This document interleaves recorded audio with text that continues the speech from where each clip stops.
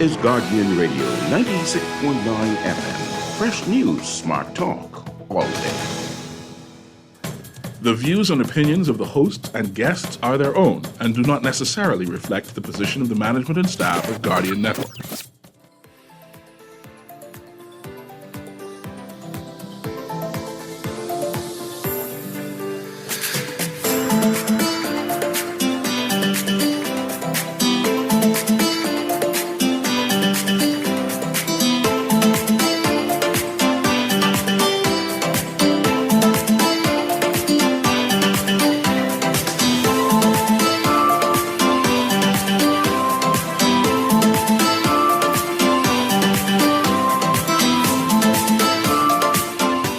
Good morning and welcome to Guardian Radio AM. Today is March 1st and it's a Friday and it's a little after 11 o'clock in the morning.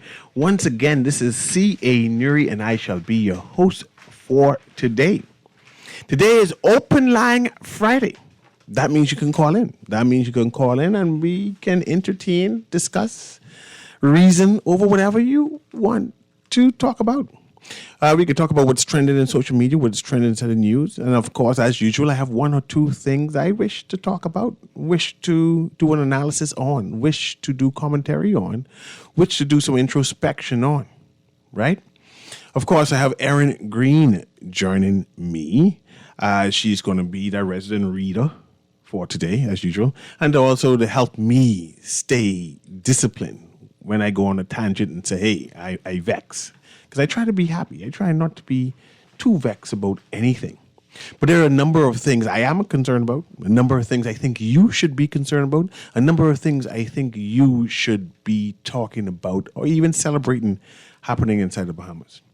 But before I start all of that, I just forwarded something to Erin. But I want to mention that a number of Bahamians are attending Howard University.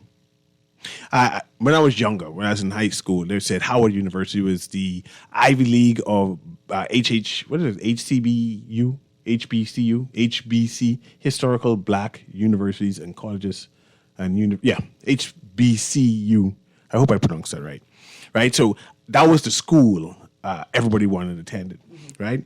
I know that we have a number of our swim team attending Howard University now, a number of Bahamians, and that's something I want to celebrate and herald. But I have a particular student who just won an award. Already get it for me? Absolutely. Yes, that I want to give mention and give a shout out to. So let me do that first. So we're going to say congratulations to Michael Major Jr., who got the Rookie of the Week standard for Bison Tennis, and that's the university he belongs to. We say congratulations to him. And this is a little brief read from Newry. That is the Mid-Eastern Athletic Conference. So Carolina Central Junior Hugo Hidalgo Vega was named Mid-Eastern Athletic Conference Men's Tennis Player of the Week, while Howard Freshman, this is our guy now. Freshman, by the way. Michael Major Jr. earned Rookie of the Week honors presented by Coca-Cola. Howard Jr. Nadia Pengram was named Women's Tennis Player of the Week, while Bison teammate Imani Jean earned Rookie of the Week honors. So Michael Major Jr. earned Rookie of the Week honors presented by Coca-Cola. Congratulations. Yeah, I tend to work with Michael Jr.'s father, Michael Sr., right? Right. And he was telling me that his son is doing well in university and that he got this award. The idea, I did not know we had so many Bahamians playing tennis at a university level. Mm-hmm. Right, I know we play tennis, right, and especially in high school and going to the private schools. But to get scholarships, to get such accolades regarding tennis is something major. I only can imagine that in 5 years you can already have another Mark Farrington. You can have another Leo Roll, and tennis will be the next big thing. Like perhaps again we'll have Bahamians playing in Wimbledon. What is that? That's what I pronounce it? Wimbledon and stuff like that. So I'm excited about that. All right. Okay. So no, hold on. Back to Howard. You're absolutely right. We have a number of students at Howard. If you look at the story in this week's paper, in fact, yesterday's Guardian, Taylor earns top swimmer award. Bahamian swimmers wrap up action. Bahamian collegiate swimmers wrapped up action in their respective National Collegiate Athletic Association Conference Swimming Championships this past weekend. And we're going to look at the Howard team. Over at the Spire Institute in Geneva, Ohio, Luke Kennedy Thompson, Errol Thompson III, Jack Barr, Mark Anthony Thompson, Kalia Albury, and Zaylee Elizabeth Thompson were competing in the Northeast Conference Championships for the Howard University Bison. Bisons, all of them. All of them. Yeah, I know Errol Thompson, actually. Yeah. He attended St. Anne's. He goes to St. Anne's Church. He's doing well. He's not an ordinary swimmer. Yeah. I expect him to make waves, see the pun there, and even make it to the Olympics, or at least he's swimming at a different level altogether. And all these Bahamians who make it here are talented. And another Bahamian, Jamila Hepburn, for the Stonehill College Skyhawks, was also at that same Oh, meet. nice. Yeah, Nice. yeah. So many Bahamians at one event. Yeah. Yeah, good. So, anyway, we're going to talk about what's in the news. In my newspaper, I want you to read something for me. Because I am concerned, and the flippancy is what has me concerned, the flippancy. And the headline is, OPM hits out after tax spend admission. And I want us to read that into the records. Hey, mind you, this comes off, secondly, when we heard that some money was reallocated from the Disabilities Commission, right? And I was vexed. I was really vexed at that. And then less than a day later, you see a new headline. And I am concerned, and I'm asking my listening audience, should we, as Bahamians, be concerned? Should we demand more of our leaders, or are we just picking on them? Is it something to ignore? So, man, this happens all the time. We should ignore it. It's just money. But let's read into that, and then we'll analyze that, Aaron. Absolutely. Reading from the headline, OPM hits out after tax spend admission.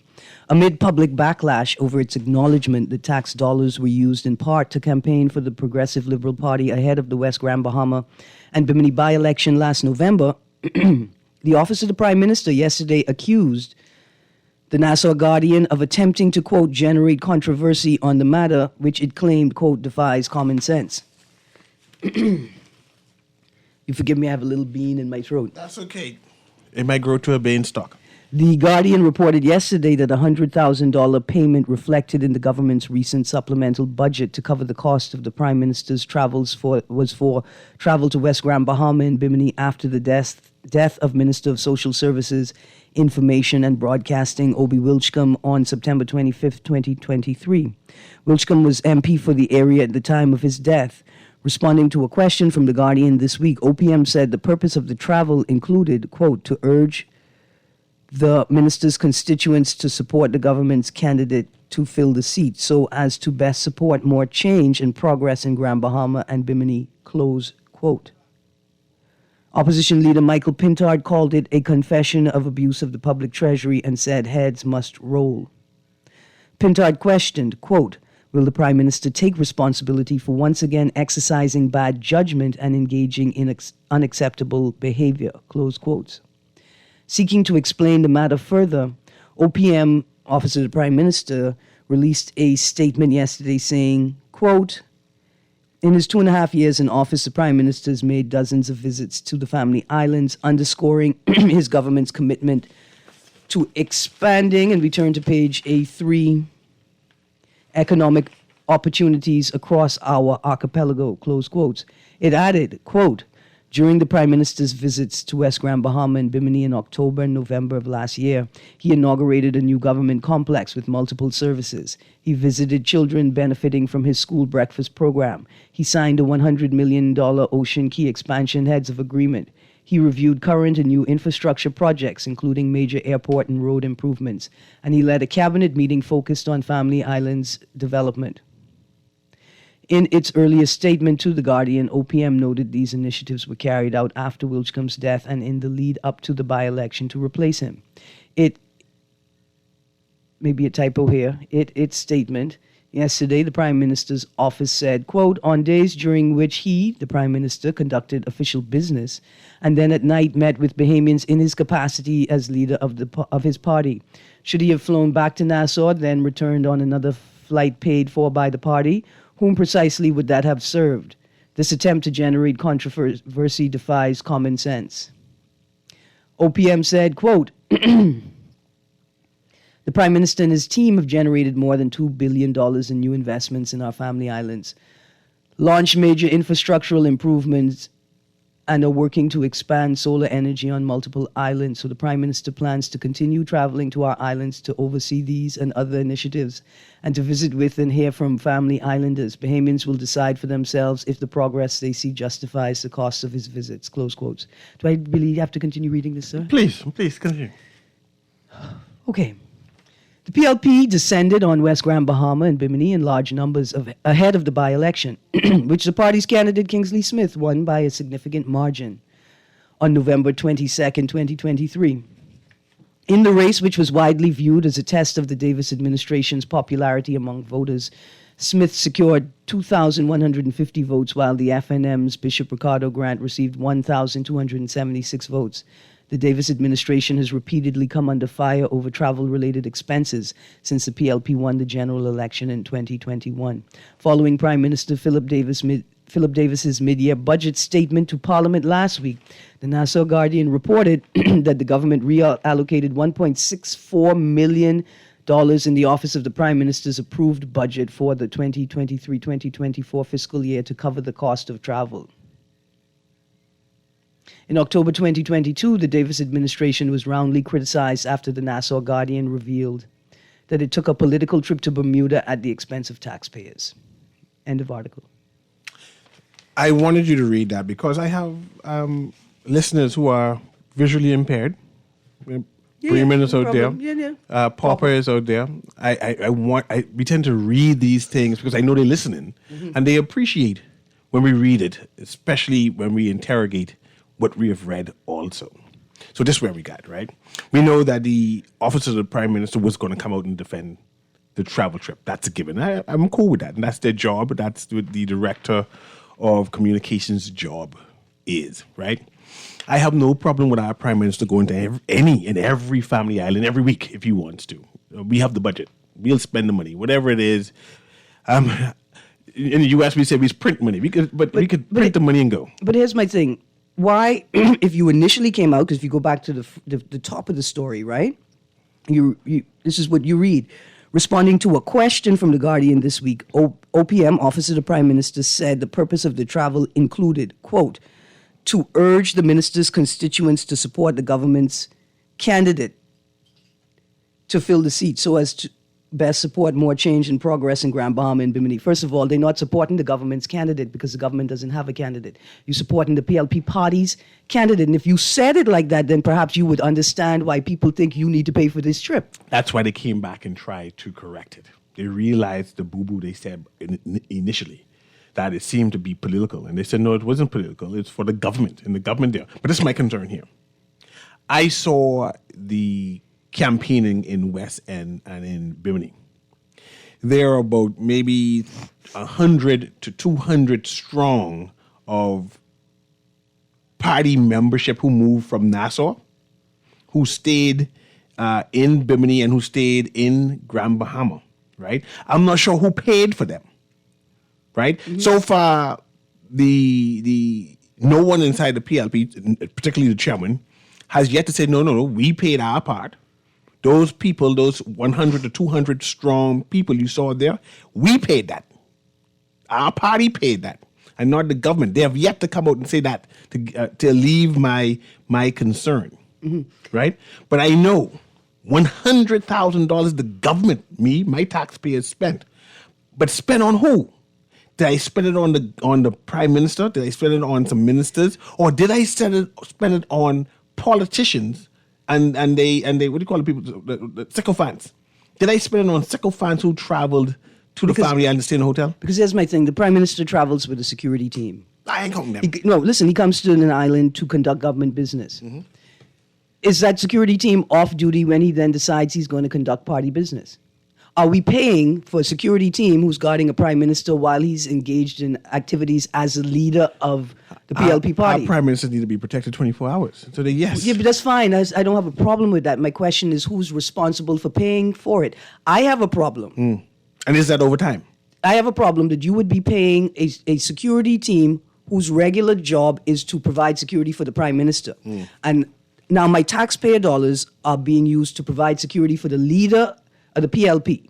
That's in and of itself, for me, that's a problem. Secondarily, you mean to tell me that you spending money to campaign for a person that didn't know how to fill out the public declaration form?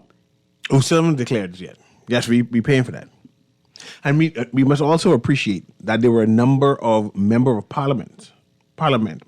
parliament who flew down to Grand Bahama and was on the ground campaigning. There was a full contingent of PLP MPs, and I still even mention the sycophants, the supporters, the party loyal supporters, who campaigned door to door. Like I said, it's up to 100 strong. People who had to stay overnight, weeks. And is this budget, this $100,000, does that include hotel rooms, transportation?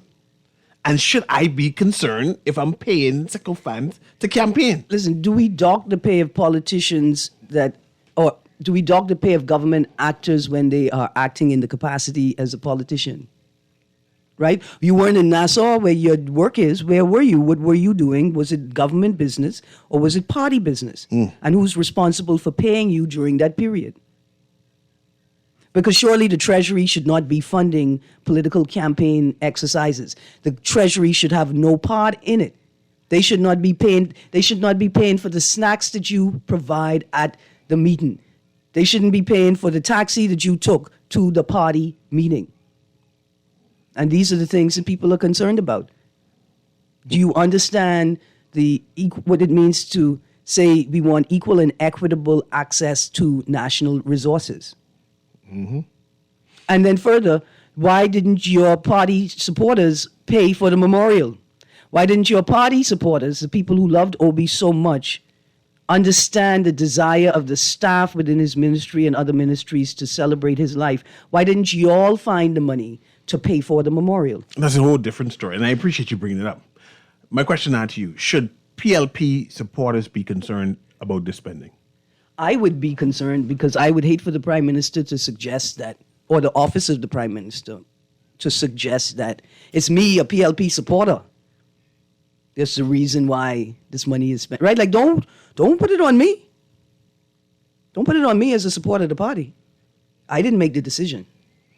One point there in the article that the Prime Minister uttered, or the office of the Prime Minister of that day, is that the traveling that our Prime Minister is doing has resulted in 1.9 million, remember that part you read, in investments on the Family Island. I remember an article we read some time ago where it says 40% of all the total investment in the Bahamas is in Exuma, right? Somebody is pushing for Exuma to have a lot of business and foreign investments in Exuma, right? And I smiled because I say 40% is a big number for a family island, right? For the whole of Bahamas. A family island where foreigners buy the school bus for the high school? We have good foreigners that. That's not an indictment on the foreigners themselves. That should be obvious to anybody that hears that critique. Yeah. It's never an indictment on the foreigner who, through goodwill, provides a service that the government should be providing, but isn't. The critique is never on the foreigner. I'm just saying that, I smile it now, Aaron, that the idea that the office of the Prime Minister is bragging about the Prime Minister, I see the caller, the Prime Minister is traveling, right? Does that negate the person who is Minister of Investment? Does that negate the person who's in charge of Ministry of Tourism, who is working I wouldn't say independently, but I'll use the word independently to make sure these investments come in? Because it seems suggesting that it's the Prime Minister's traveling himself is bringing in all of these investments, this $1.9 million. Let's read that part if you find it again. Reading from the article in today's Guardian, OPM hits out after tax spend admission. OPM said, the Prime Minister, quote, the Prime Minister and his team have generated more than $2 billion in new investments in our family islands. You think the team means the Minister of Investment and the Tourism Minister? That's what he meant? To be included? But he didn't mention that. Anyway, go ahead.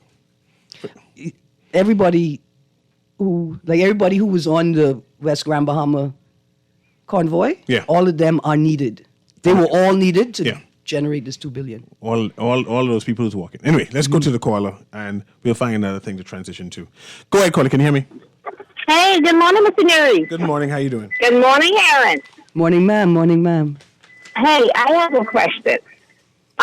Statements put out by the Office of the Prime Minister. Yes, ma'am. Are those statements just those of Mr. Latrell Ramming, or does he stick with the Prime Minister and they come to an agreement as to what statement he put out? Mr. Rami represents the Prime Minister. But I still don't feel like he speaks for the Prime Minister unless told to wait. He speaks for the Prime Minister. He's hired for a job, and he's doing his job. And see, the reason why I ask is because sometimes the things that he says makes almost no sense when you think about it. So I'm trying to figure out if he's just going on his own word or is he going on what was told to him to say. He makes sense. I just disagree with what he says sometimes, but he makes sense. I mean, Exactly. And that's one critique. The other critique is, in and of itself, what he says makes sense. Maybe when you juxtapose it to what other members or other people in the OPM, Office of the Prime Minister, is saying, right? Like when you hear what he says the Prime Minister said, by itself, it makes sense.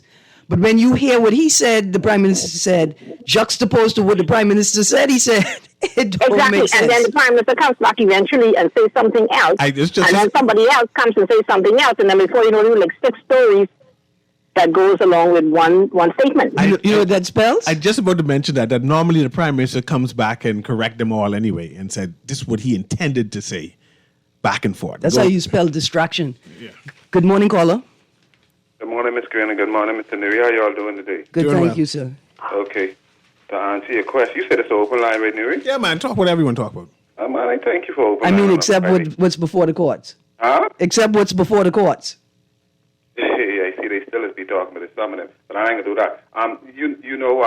To answer your question, Mr. Newry, if PLP supporters them, I forget how you asked it, but Should be concerned. yes, we should be concerned. We should take responsibility and blame for what's happening. You know why? Because we put them there and because we trust them. You understand? First thing they can tell you, they get a mandate. We put them there to do it. And we must trust them for whatsoever they do. And when election time comes, we can do what we want to do. But we should be concerned. I don't believe they respect us. They care less what the general Bahamian public have to say. You understand? I talk about my New Day government. And this ain't nothing new. Like I say, the former governments, former political parties, them do it too. But they care less what we have to say, and it's so sad. We should have been able to punish them different from being able to just, and I mean punish them legally. Something should be there, like a recall system or something to stop this partying, what they doing, and having fun. They shouldn't be able to get away just laughing at us and then carry on like they so concerned, like they really care if they win or not talking foolishness. Papa, they know they don't care. I know they're laughing at us, right? I'm just saying that someone needs to challenge them. And it's hard to challenge your own party. When You mean it's hard? No, man, they smash you up. So, stand up, man. Let me encourage you to stand up. What you meaning? You got to stand up. They ain't gonna respect you. You fall down, you be a yes man. And you just be everything yes. They wrong. We should be concerned and we got to take responsibility because we put them there. And why we put them there? Because they tell us they can do things them the right way and we trust them. Now, it turned out to be, regrettable. You feel bad about it. But we have to take responsibility. Since you say this open line, that's old news what they talking about takes in Caicos Island, stopping the Haitian people from coming to business or whatsoever because of the crime and the gangs, what happening in Haiti, the trickling down and takes in Caicos. That's old news or new news? You know anything about it? That was recent. That's recent? Yeah, that's recent. Are we going to do the same thing? Because I believe what's going on in the Bahamas has something to do with a little bit what happening in Haiti too. Our situation is different. Different? 100%? Or you mean like maybe different in some ways. Let me give you an example, right? I'll go on the limb. This is my numbers now. That So maybe there's some of them gangs over here participating in this crime. What happened? yeah, no. Let me say this first. I'll go on the limb and say maybe a third of our population is of Haitian extract. A third, 33%. How much that could be? 400,000. That'll be like 30,000. But I don't blame all of them for the crime problem. Right, I know. And Turks and Caicos, I believe their population is about 50% to 60% of Haitian They're extract. feeling it more. They feel it more. So their situation is so dire that they're creating laws in their desperation. We're not at that point. We done do that before. We do that a year ago or less than a year ago. And maybe some people here believe, right, Newry, that we need to consider it again. Because although you said it's less over here, I guess you would have to maybe really go and do a little interview again, or maybe sit down and talk and see what happening. I believe we need to be careful. Like how we talking about if we go into help Haiti or we ain't going to help Haiti, this will affect us, and there's some things we need to do. Even if we support them or help them or get ready for the election or whatever, we just can't be sitting down.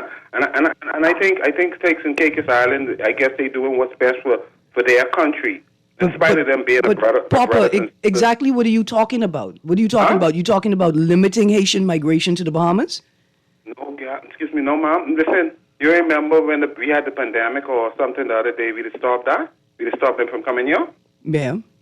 Well, I believe the pandemic might have been a little more serious about this crime problem than what they doing in marching of Haiti over there. And then I hear the Haitian, I don't know if I answer you, but I hear the Haitian man was saying, we shouldn't send our police over there. We shouldn't come over there. But Papa, where do you live? I'm going to ask you a question. Where do you live? Were you living in the Bahamas when the Minister of Foreign Affairs intimated that Bahamians need to seriously consider that we need the migrant labor? Well, Ms. Green, that I kind of sure. And then let me ask you another question. We need their help, Over the last year of public discourse about the presence of the Haitian migrant and the Haitian migrant laborer in the Bahamas, right? Mm-hmm. We had the head of the construction association come out and say that a vast percentage of employees in that space are of Haitian descent.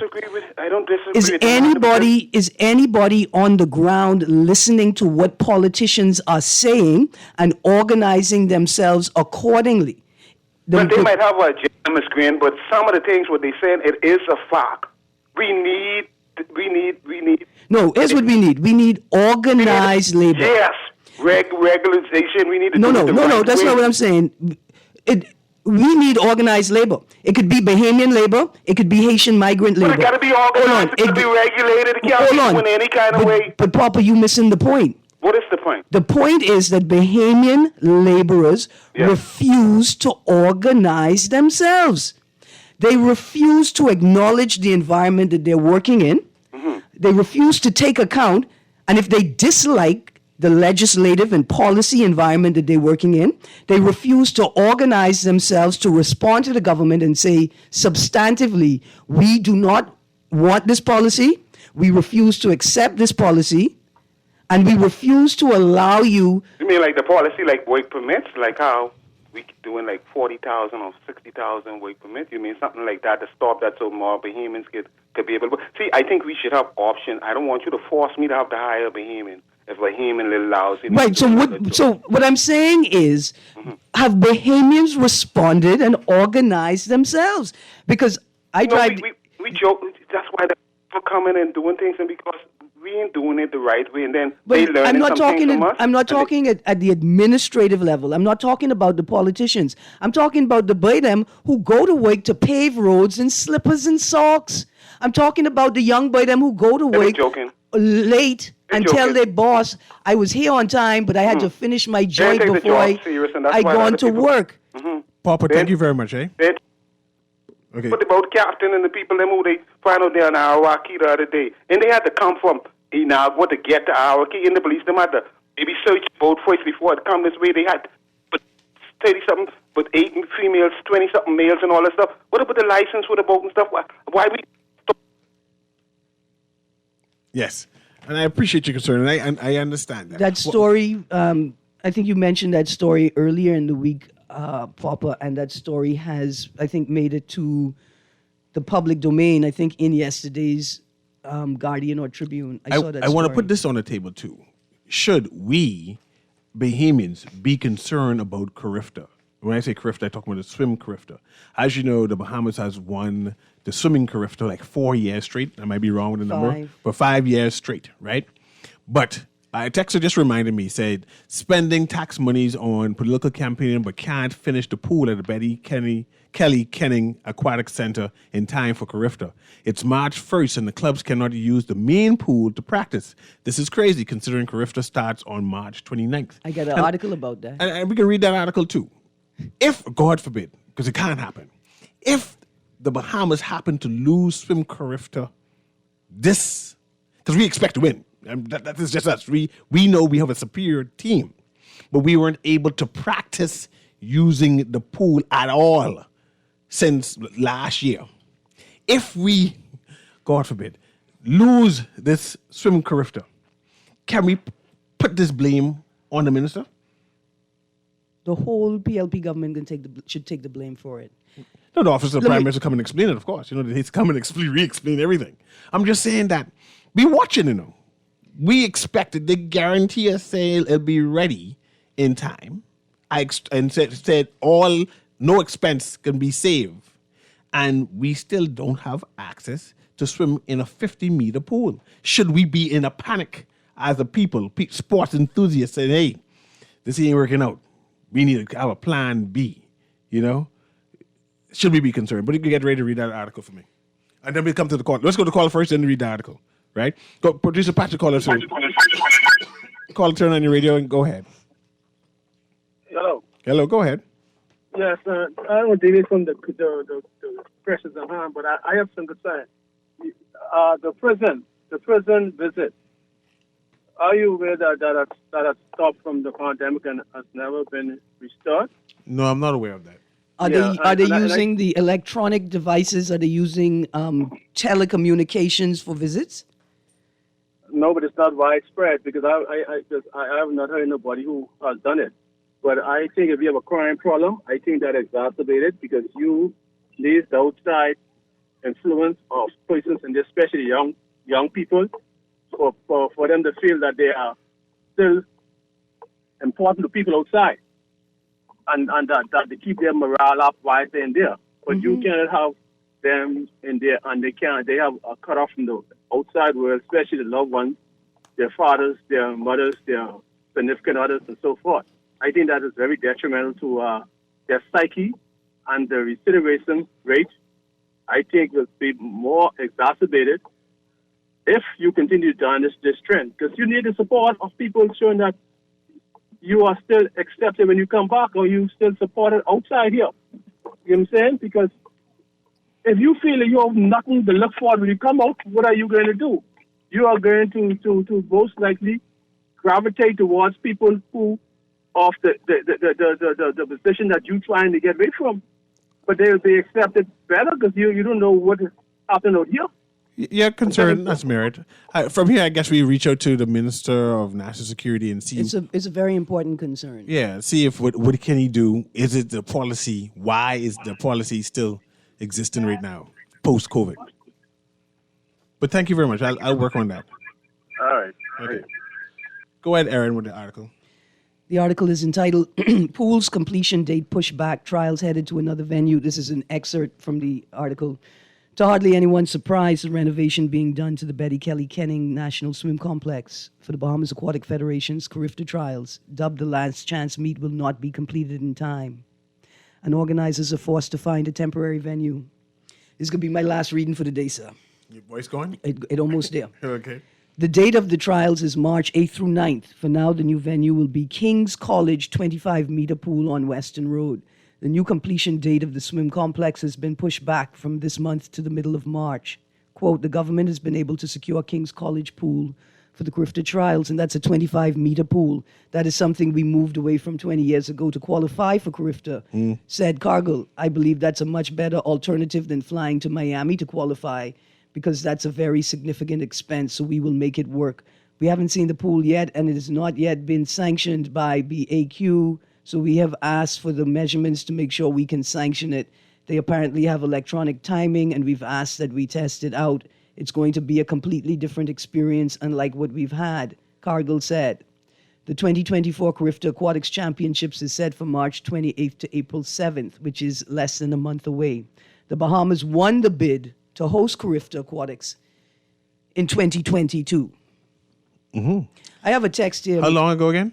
2022. I have a text What here. year this is now? 2024. How much years has transpired so far? Almost 2 years. Okay, go ahead. Here's a text. Aaron, please stop reading that statement. This was from the earlier statement I was reading when I asked you if I could stop. Text, I didn't realize you felt my pain. You are running my pressure high. It's utter nonsense, the texter says. One never mixes business with other business. They must understand the citizenry is not dumb. They cannot mix the government's business with no other business, period. It does not look right. And Aaron, how do they separate the various funds? Come on, we are not stupid. I'm still waiting to find out how much did the PLP pay for the balance of the Bermuda trip. We're just going quiet. See, I remember when we bid to have the Carifta, and I said then, I'm not, the pool needs work. I don't think we should bid this. Why did we bid this? But the government guarantees, don't worry with the bid. Because there was criticism there, I was concerned there, saying, no, we want it, but not right now, because so much work needs to be done. But they said, no, we have 2 whole years to do it. We'll do it in time. And of course... It's not done. And you see how what the paper said? Nobody is surprised. Nobody in the Bahamas is surprised. Quote, to hardly anyone's surprise. Let's go to the caller, man. Go ahead, caller. Guardian Radio AM. Go ahead. Hello? You're live. Am I on? Yes, you are. Okay. Mr. Newry, I fight with you on Facebook all the time. My name is Timothy Bruce on the page. But I love you on the air. I tell you that. I appreciate that. But I called for Miss Green. I got a question for her. Yes, sir. She is supposed to be this connoisseur of Bahamian culture, cuisine, and music. But in her view, according to what she said to Papa just now, we nothing but a bunch of lazy, pot-smoking people. I never hear you say that. Because if we are, here's my question. How come we, what we're contributing to the Bahamian economy as taxpayers, we're taking care of Haiti while they're sending their money back home? But some reason, these construction workers, they're asking for people to come and work. And Mr. Fred Mitchell is saying that we need workers in the Bahamas. And let me tell you something, darling. I live hand to mouth. If I don't go to work and do my job, I will literally starve. And I'm sure a lot of people in the Bahamas feel the same way. And a lot of people are looking for work right now. I don't know what's going on in the Bahamas right now. We seem to be fooled by this government and everything they do. They do it right in the front of our faces. And now my question to you is, you asked us, or the workers, to organize. Please tell me, what is the first step in this process? And I'll hang up and listen to you. Thank you very much. I didn't know you was anti-Bahamian, Aaron. I thought you was pro-Bahamian. Everything you do is normally be culture-oriented. Give an idea. Anyway, but you need to answer that. Man, Do I really need to answer it, Mr. give you Newry? a charge. I couldn't give him an answer. He satisfied himself with his own thoughts. So you'll go answer that? I'll answer it, Mr. Newry. Let me answer it, sir. I don't know why on such a fine day you would come in and attack me like that, because surely that's not what I said.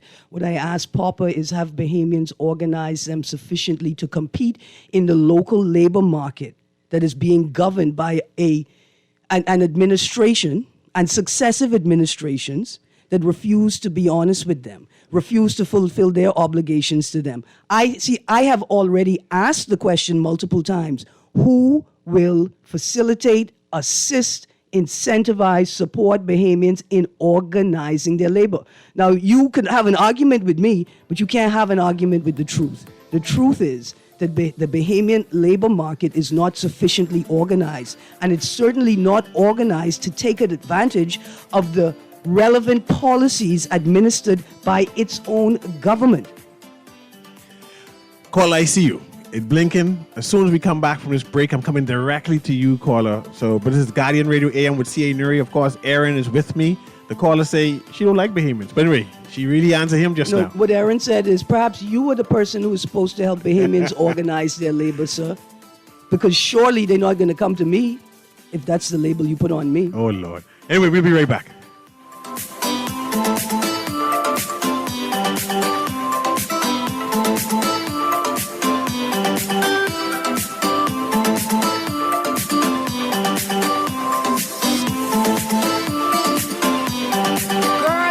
Show me Bella Boy in his phone. What you mean? He take picture of that good for nothing boy? Shh, you don't want Bella here. You say that. You know she always say that's my good child. So what he doing in Junior phone? Oh, he there because the police looking for him. He on their wanted list. Wanted persons in your phone now? Yes, child. And when police want to find anybody quick, after something happen, they can send picture direct to your phone. Go to Google Play or App Store and search for Crack Crime Bahamas. Then pick install and it will go straight to your phone. There is also a section on missing persons? Yes, girl. Everybody needs to get this app so police can tell us right away when these people go missing. Just like an alert system. Yes, it has numbers for Crime Stoppers Bahamas, so you can call and nobody knows it's you. Call directly to Miami and give the information without giving your name or anything about you. I tried the other day, and when I hear Junior and his boys talking about where they hide those guns, I walk quick round the corner and call that number. Call 328-8477 from Nassau or 242-300-8477 from the Family Islands. Love the show? Want to give your support? Become a sponsor today. Call 302-2300 for our rates and packages. That's 302-2300. Become a sponsor on Guardian Radio 96.9 FM. Fresh news, smart talk, all day.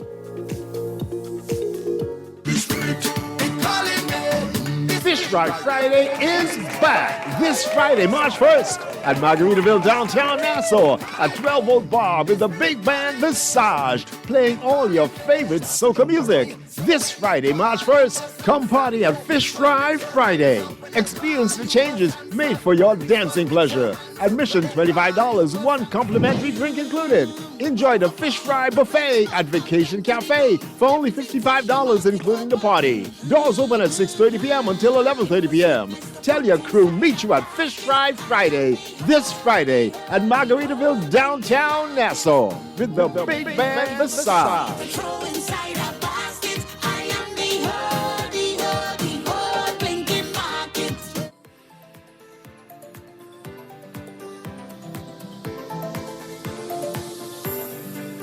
And welcome back to Guardian Radio AM. I know the caller was waiting for a while. Let's go to the straight to the caller. Then we go back to Aaron. Go ahead, caller. Oh, the caller. Okay, go ahead, caller. Go ahead, caller. Can you hear me? You're live. Good morning, CA. Good morning, Aaron. Good morning. Very interesting question you posed there. Let me just put my spin onto this whole thing. First and foremost, I believe that the power is in the hands of Bahamians, and the Bahamians are being disenfranchised by what's going on with these work permit situations and everything. I've seen the chairman of the Progressive Liberal Party is saying that the country does require immigrants to come into this country to apparently help to build the country. Whereas many of us do not disagree with the statement. However, I think it is more potent or more important that the government ensures that its citizens are gainfully and fully employed before we bring in the external persons to work this place. And don't say that there are certain jobs Bahamians would not work, because that is not true. Right now, as it stands, many of us are at the point of desperation, which means that we have to come out of our comfort zones, those zones that we are or we prefer to work in. But because we have responsibilities, we have families, we have bills to pay, and then with the increased taxation that's going on in this country, it forces us to come out of our box and actually do those other tasks that we traditionally or normally would not do. So I'll close on this one statement. Again, if the employers or this government would be responsible to ensure that Bahamians are paid at a rate in this country where we can survive in this country, as many of them are they are not attached, apparently, because they have it all. They have all the means that are at their disposal, so they do not feel what the average man on the ground feels. Perhaps if some of them would lower themselves and actually begin to experience what many people experience in this country, especially when it comes down to salaries, especially when it comes down to the increased taxations, perhaps they would understand what the average Bahamian have to go through in this country. And one final point here, I'll close on this point. I believe that we can organize ourselves. I've heard many of my brothers in the construction field who are seasoned professionals. They've been in there, from the Cavalier times and stuff. But however, because of the rate of pay that is necessary for them to survive in this country, cannot be met by many of these companies now that prefers cheap labor. Which means that the immigrant who comes here and takes on work these particular trades may not be as experienced as many of us are, but because they are willing to work for little or nothing compared to what they are really supposed to be paid if they were here legally, if they were here with the experience, then they too would not work for the garbage or some of the pays that is being put out there. So I believe that we need to now flip this paradigm and get the pays that people really deserve to survive in this country. We need to get it up to that level where we can do some stuff here. Okay, and that's my point for today. And I just hope that the ears that are responsible for these areas are listening, be empathetic to what the Bahamian people are saying, and let's make the changes necessary to bring about to make sure that our Bahamian people are in the workforce, gainfully employed and gainfully paid. Thanks for taking my call this morning. Certainly. So let me start and respond to both of those. I think it's important to acknowledge that for many decades, an electricity crisis has caused what we call the economy to be on its head, where people are paying their light bill costs amounts to the same as a mortgage or a monthly rental payment, right? People can't survive. That's imbalanced. That's dysfunctional. It made no sense, but Bahamians didn't pay attention to it as long as the gray markets and black markets were pumping sufficient money into the general economy to make people feel like they were rich and they could tolerate it. Over the last few decades, the black market and the gray market have shrunk tremendously. That's the drug and contraband market and the numbers and gambling market. So much money has disappeared from the economy, while the national economy has been increasing at a slow, minuscule pace. What's really been happening is the gray market and the black market has almost shrank to extinction. So people have a false sense of economic entitlement, because they living in the past when a lot of what floated salaries is also the proceeds of gray and black market money, right? So we have a attitudinal adjustment that we must make. Now, you could always talk to your government about wages, but somehow we put our allegiance to political parties over our allegiance to our professional counterparts, other laborers, other citizens. That's a part of the problem. But let's talk about organizing Bahamian labor. This morning, I had a tumultuous drive to work as I had to navigate the road with an 18-wheeler with the plate MV2993. You could only see the plate of the vehicle on the front of the vehicle or in the back of the cab, but the cab obviously is towing a trailer. This vehicle decided to weave its way across and around Shirley Street, pushing people on the side of the road, running red lights, forcing its way through town. That driver's supposed to have a CDL, commercial driver's license, and somebody is supposed to be assessing and enforcing those policies. But let's get on top of it. I argue with you that 40% of commercial drivers in this country have no regard for the law and traffic controls. Somehow, the corporate commercial world cannot convince its own drivers with their company names on the vehicles they drive in to follow traffic controls, like not running red lights and stop signs, not parking on sidewalks and pedestrian crossings.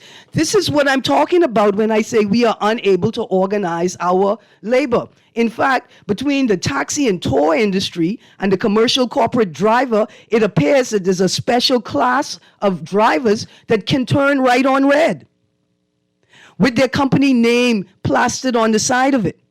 That is not organized labor, sir. Let's look at the Coconut Boys. The Coconut Boys have an entire industry at their feet, from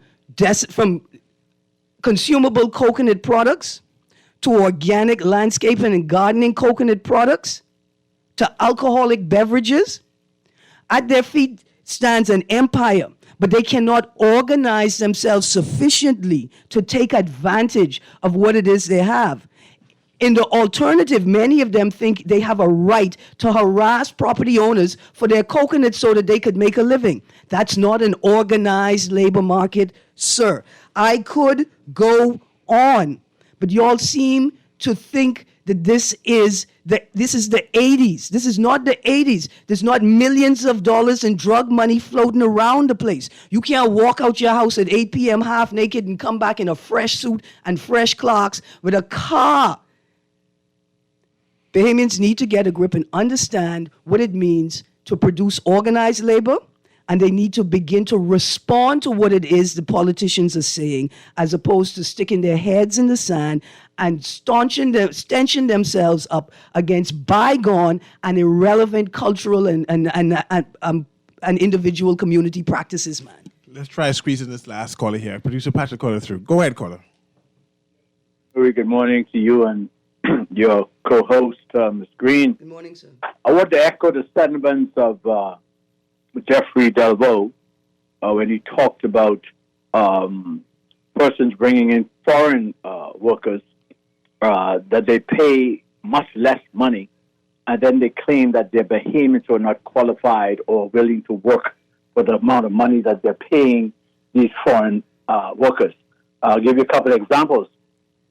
In two exclusive, all-inclusive properties in New Providence, we have foreign dancers. Some are Cubans, Puerto Ricans, perhaps in some cases Jamaicans, where they use these dancers. They pay them far less money than they want to pay the Bahamian artists. And the Bahamian artists, who are highly qualified, would demand a rate of pay that we believe is equivalent to what we deserve. And so because we would not work for the less money, they say Bahamians don't want to work, or Bahamians are not qualified to do a Michael Jackson interpretation, for example. This is utter foolishness, and it has to stop in this country. It has been going on for decades, and our governments are aware of it because we have brought it to their attention on numerous occasions, and this got to stop, Brother Newry. Thank you, Mr. And so I wish that those who have ears to hear and the entertain. But look here, Mr. Newry, the police can't even organize the police force to enforce traffic controls. We have a problem with organized labor in this town. It's time that somebody takes a look at it. It's 12 o'clock. We got to go. Guardian Radio AM with CA Newry. Thanks very much, Kermit, for that. Have a wonderful day.